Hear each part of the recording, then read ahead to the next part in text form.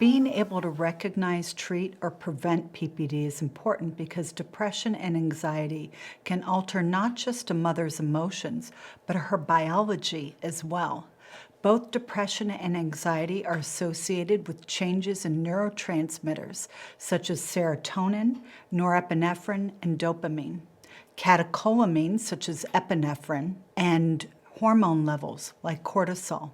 When these compounds are out of balance for prolonged periods of time, they can affect the growing baby. Depression is a disease. It goes beyond feeling exhausted, sad, miserable. Depression can be physiologically harmful to the mother and the baby. Untreated moderate to severe mood and anxiety disorders in pregnancy are associated with a higher incidence of multiple complications in pregnancy, including preterm birth, preeclampsia, lower APGAR scores in the baby, and impaired fetal weight gain. The harm of depression continues even after the baby's born. Untreated depression in the mother can impair her ability to bond with the baby. Mothers with untreated depression are slower to respond to their babies. They talk to and interact with their babies less often. Their touch tends to be more functional than affectionate.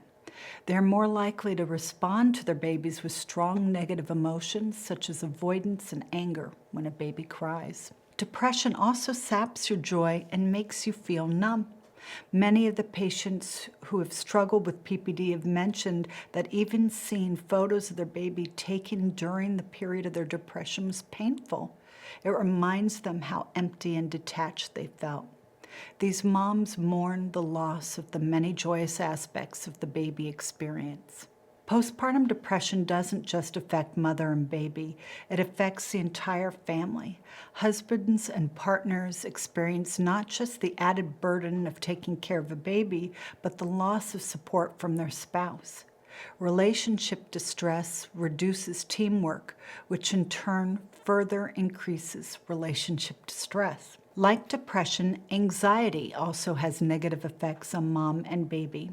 High stress levels and untreated anxiety can lead to elevated cortisol levels. Cortisol, often referred to as the stress hormone, has numerous deleterious effects on health. Studies have found an association between prolonged high cortisol levels in pregnant women and decreased fetal brain growth. As depression worsens, it can become hard for women to see that there are treatment options.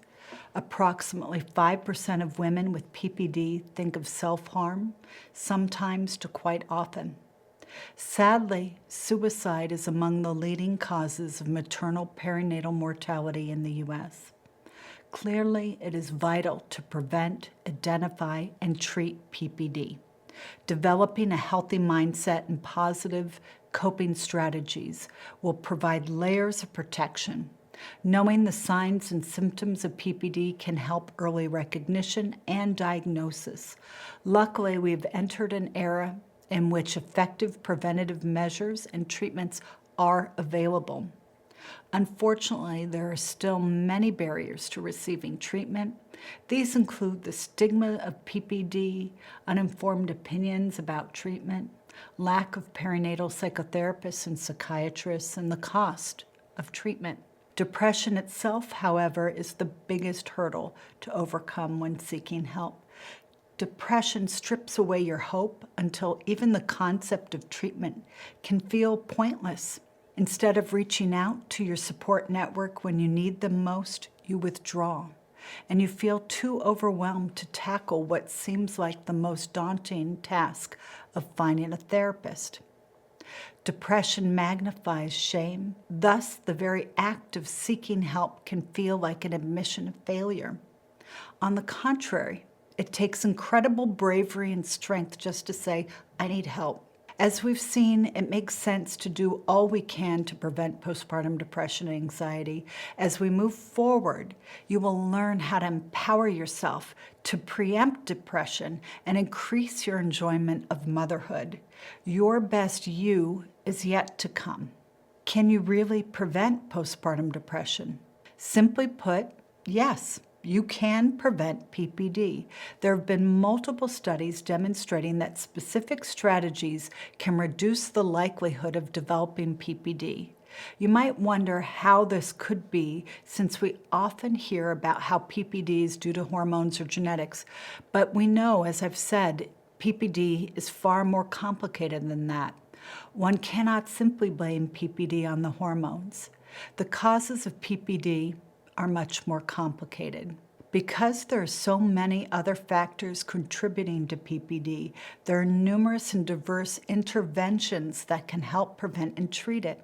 In this masterclass, you will learn skills and strategies to combat PPD in all its forms and prevent yourself from ever having to experience it.